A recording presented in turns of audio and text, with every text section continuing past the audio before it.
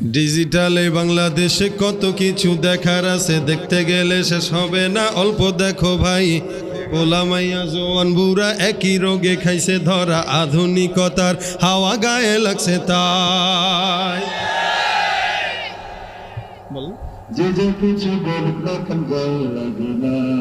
আমরা কিন্তু আমগো দেশে ফেসবুক আছে, আমরা বলদ না। আমগো দেশে ফেসবুক আছে, আমরা বলদ না, ঠিক না?